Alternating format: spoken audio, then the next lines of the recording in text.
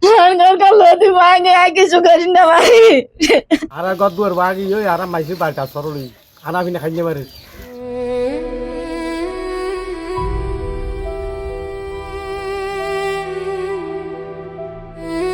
টানা ভারী বর্ষণ, পাহাড়ি ঢল আর সমুদ্রের জোয়ারের পানির সম্মিলিত আঘাতে চট্টগ্রামের বাঁশখালী যেন এক বিশাল জলরাশিতে পরিণত হয়েছে।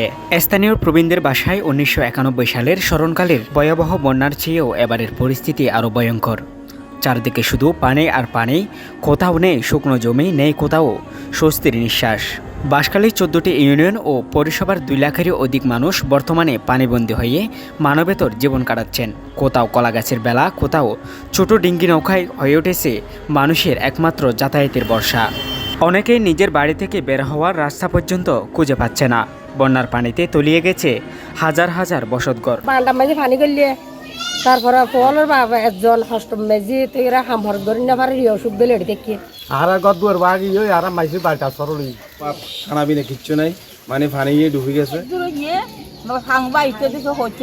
স্থানীয় জনপ্রতিনিধিদের তথ্য অনুযায়ী উপজেলার পুইছড়ি, সনুয়া, শেকেরকিল, চাম্বল, গন্ডামারা, শিলকুপ, বাঁশখালী পৌরসভা, পলছড়ি, কালীপুর, সাধনপুর, খানখানাবাদ, বাহারচড়া ও পুকুরিয়া এলাকায় প্রায় ৮০% বাড়িঘর পানির নিচে তলিয়ে গেছে।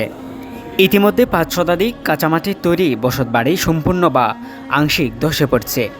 সবচেয়ে ঝুঁকিপূর্ণ অবস্থায় রয়েছে পুইছড়ি, শেকেরকিল, চাম্বল, বলছড়ি পৌরসভা, কালীপুর, সাধনপুর, গন্ডামারা, বাহারচড়া ও খানখানাবাদ এলাকা।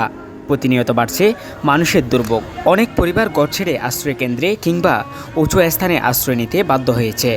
এদিকে পানিবন্দী মানুষের জন্য দেখা দিয়েছে বিশুদ্ধ খাবার পানি ও শুকনো খাবারের তীব্র সংকট। ছোট ছোট শিশু, বৃদ্ধ ও অসুস্থ মানুষ সবচেয়ে বেশি কষ্টে দিন কাটাচ্ছেন। অনেক পরিবার চুলায় আগুন জ্বালাতে পারছে না, কোথাও আবার পানির নিরাপদ অভাবে চরম দুর্ভোগ নেমে এসেছে। এরই মধ্যে ক্ষতিগ্রস্ত বিভিন্ন এলাকা থেকে অসংখ্য পানিবন্দী মানুষকে উদ্ধার করেছে বাঁশখালী ফায়ার সার্ভিস। উদ্ধার অভিযানে কয়েকজনের মরদেহও উদ্ধার করা হয়েছে, যা পুরো জনপদকে আরও শোকাহত করে তুলছে। বাঁশখালীর এই দুর্যোগ এখন শুধু একটি প্রাকৃতিক বিপর্যয় নয়, এটি হাজারো পরিবারের বেঁচে থাকার এক লড়াই। চারদিকে অসহায় মানুষের কান্না, আর্তনাদ, ক্ষুধার্ত শিশুদের কান্না, ভেঙে পড়া ঘরবাড়ি আর অনিশ্চিত আগামী, সব মিলিয়ে যেন এক হৃদয় বিদারক মানবিক বিপর্যয়ের চিত্র। শরীফ মাহমুদ, নিউজ ডে 24, বাঁশখালী।